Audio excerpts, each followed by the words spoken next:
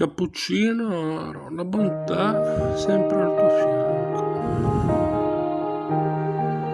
E andate di lusso.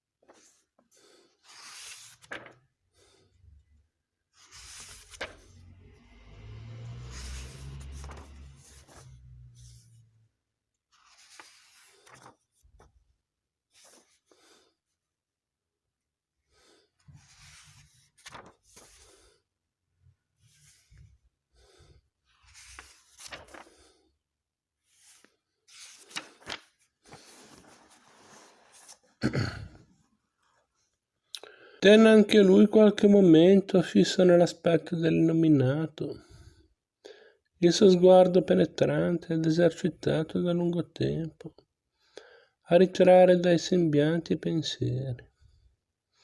E sotto a quel fosco e a quel turbato, parendogli di scoprire sempre più qualcosa di conforme alla speranza da lui concepita al primo annunzio di una tal visita.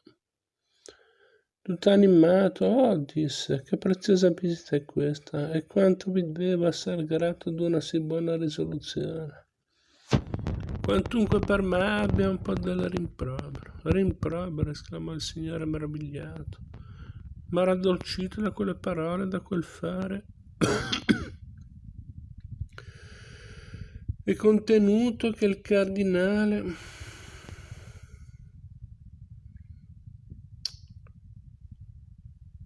è contenuto che il cardinale avesse rotto il ghiaccio e ha avviato un discorso qualunque. Ci sono certi strafalcioni, sto libero.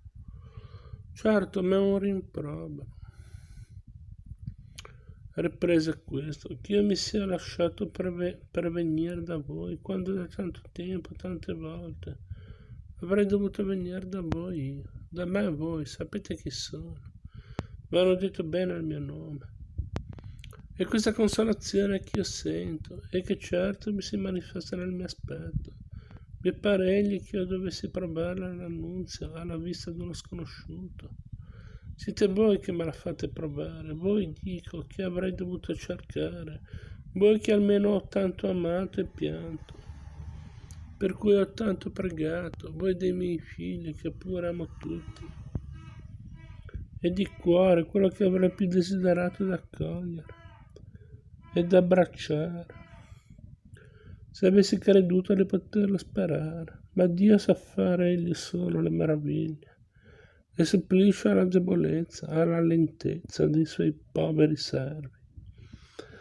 L'illuminato stava attonito a quel dire così infiammato, a quelle parole che rispondevano tanto risolutamente a ciò che non aveva ancora detto, né era ben determinato di dire.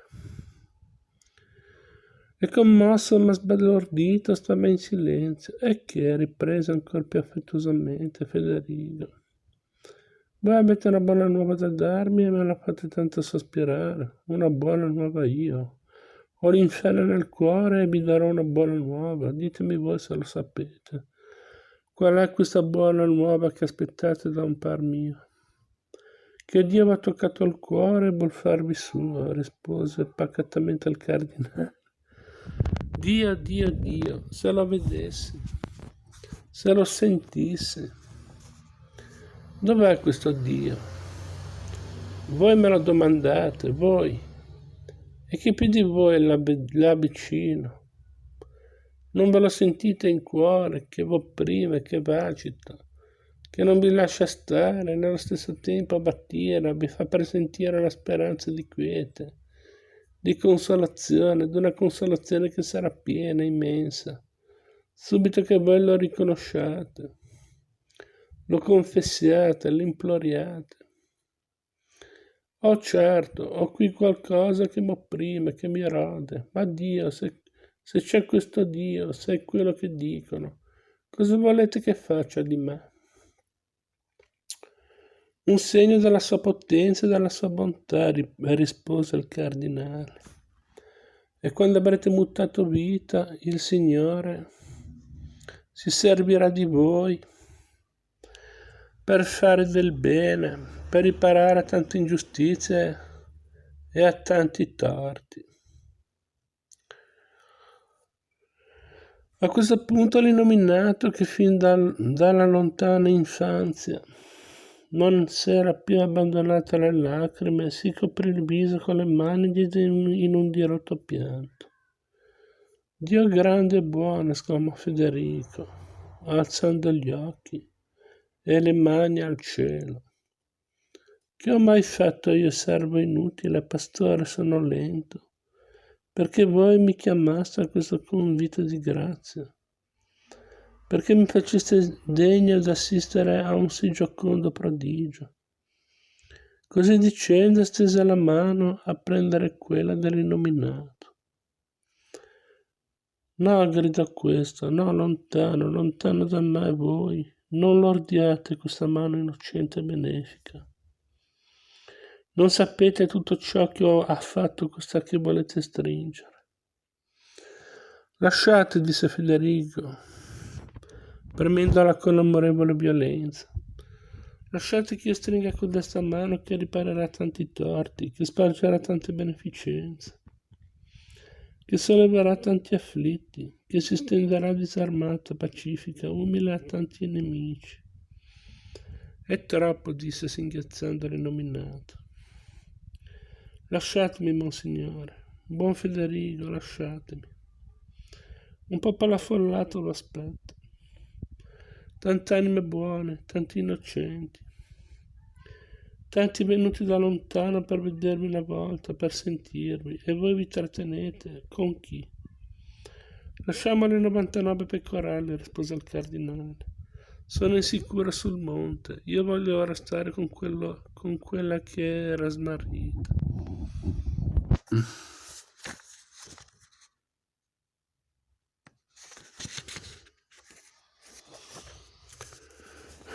Quelle anime sono forse ora ben più contente che di vedere questo povero vescovo.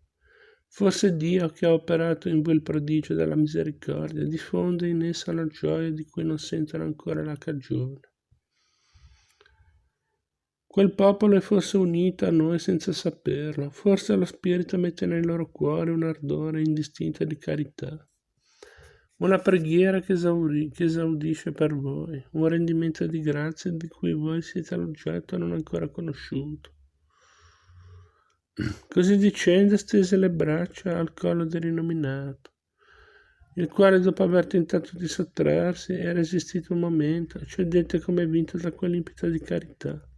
Abbracciò anche lui il cardinale e abbandonò sull'ombero di lui il suo volto tremante e mutato.